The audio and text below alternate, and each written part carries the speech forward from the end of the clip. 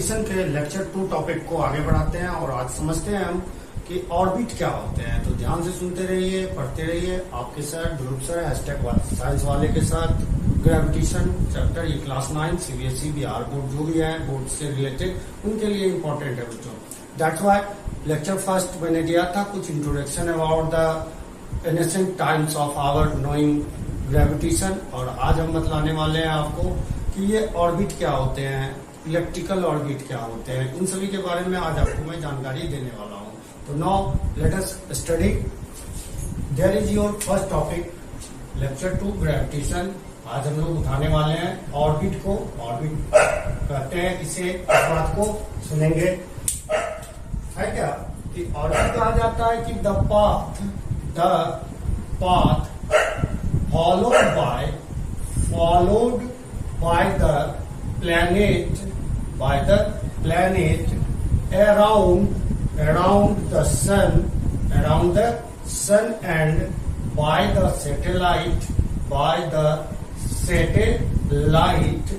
around the planets are known as orbits.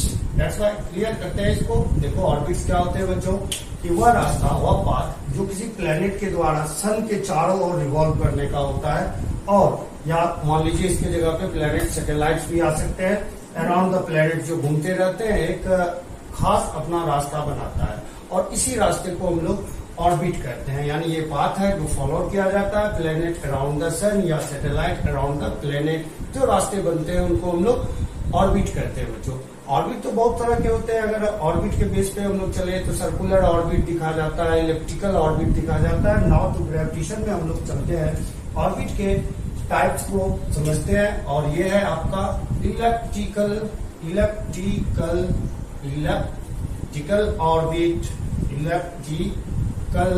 Orbit. और elliptical orbit को समझने के लिए बच्चों सबसे पहले हम लोग यहाँ देखते हैं कि ये जो पाथ है, यानी ऑर्बिट वाला जो पाथ है, वह किस तरह किसी प्लेनेट या सैटेलाइट के द्वारा जो है, अगर मान लो बच्चों यहाँ हम एक एक सर्कुलर फ्रेम बनाए। सर्कुलर फ्रेम बनाने के बाद यहाँ देखते हैं कि इसका एक सेंटर आता है। अगर हम इसी को थोड़ा सा इलोंगेटेड कर दे, स्लाइटली इलोंगेटेड इस पाथ को कर दे, तो कुछ इस तरह का ये ऑर्बिट बनेगा जो कि अंडे की तरह दिखेगा। समटाइम्स इलेप्टिकल ऑर्बिट को हम लोग जियोइड भी बोल सकते हैं, है ना। ये जियोइड शेप भी हो सकता है, और साथ ही साथ यह दिखने में आपको एक अंडे की तरह रहता है।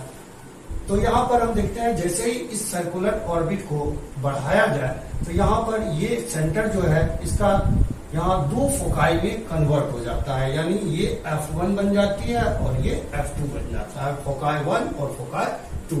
और यहाँ पर जो है किसी एक फोकस को हम लोग सन मान लेते हैं, और ये जो प्लेनेट है इसके अराउंड जो है रिवॉल्व करना शुरू हो जाता है। तो बच्चों इस तरह का जो दिखने वाला ऑर्बिट है वह इलेप्टिकल ऑर्बिट कहलाता है। अगर हम इलेप्टिकल ऑर्बिट को इस बेस पर डिफाइन करें तो हमारे पास ये डिफाइन आता है कि an oval shaped path like a slightly elongated circle which have two foci। Foci यानी फोकस का प्लूरल जो है आपको फोकाई है। तो डिफाइन हुआ कि इलेप्टिकल ऑर्बिट क्या होते हैं कि जब हम किसी सर्कुलर पाथ को ओवल शेप पाथ में बदलना यानी स्लाइटली इलोंगेटेड कर देते हैं बच्चों, तो ये ऑर्बिट बनाता है, और इस ऑर्बिट का नाम इलेप्टिकल ऑर्बिट होते हैं। ठीक है, इलेप्टिकल ऑर्बिट है। तो हम लोग यहाँ पर समझने वाले हैं अभी कि व्हाई ऑर्बिट्स आर इलेप्टिकल ना, क्यों ऐसा ऑर्बिट जो है हमारे ग्रेविटेशन टॉपिक में इलेप्टिकल होते हैं, या हमारे प्लेनेट जो रिवॉल्व करते हैं तो क्यों ऐसा इलेप्टिकल ऑर्बिट का फॉर्मेशन करते हैं। चलिए इस चीज को समझते हैं। इलेप्टिकल ऑर्बिट तो कहा जाता है कि this is due to the gravitational gravitational interaction among the sun, planets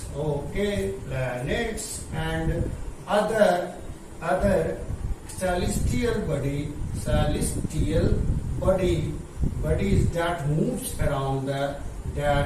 moves around or in the elliptical path. elliptical path. Okay, that's why हम लोग समझते हैं कि इसी कारण हमारा ऑर्बिट जो है, जो सैटेलाइट्स वगैरह या हमारे जो प्लैनेट्स वगैरह है, उनके पास ऑर्बिट जो है वो इलेप्टिकल ऑर्बिट है। अगेन फिर से समझ लीजिए, this is due to the gravitational attraction among the sun, planets and other celestial body that's move in elliptical path, so that's orbits are elliptical orbits. Clear?